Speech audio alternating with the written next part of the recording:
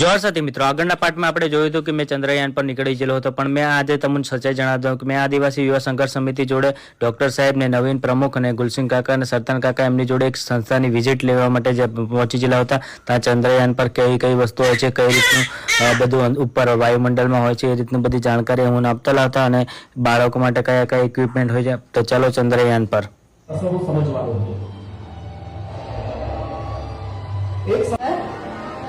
ગ્રહો અને તારા વિશે પણ જણાવીશ. માટે આજે તમને જોરદાર મજા પડશે. ઠીક છે? ઓકે. રોબોટિક વોયેજરમાંથી મોકલવામાં આવેલા ડેટા આપણને તે મહત્વના સવાલોના જવાબ આપવામાં મદદ કરી રહ્યા છે કે ચંદ્ર પર માણસ લાંબો સમય સુધી ટકી શકશે કે નહીં.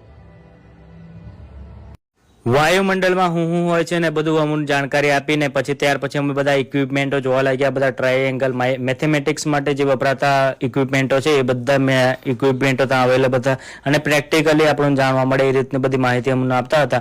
અને ડૉક્ટર સાહેબે આગળ બી બધું પૂછ્યું કે માનવના અંગો વિશેનું ને આ રીતે તમે પ્રેક્ટિકલમાં કઈ રીતે સમજાવો એ બધી જાણકારી આપી. એના દ્વારા આદિવાસી યુવા સંઘર્ષ સમિતિ કે બાળકોને કઈ રીતે શિક્ષણ મળે એ માટેની ગાઈડલાઈન મેળવવા માટે પહોંચી ગયેલી હતી. અને આગળની પ્રોસેસ બી એ રીતની રહેશે કે લાઇબ્રેરી માટે કઈ કઈ પુસ્તકો અવેલેબલ છે, કે જે લોકો તૈયારી કરતા હોય બાળકો એમને તૈયારી કરવા માટે હું જરૂરી છે, કઈ કઈ પુસ્તકોને એ બધી માહિતી લીધી.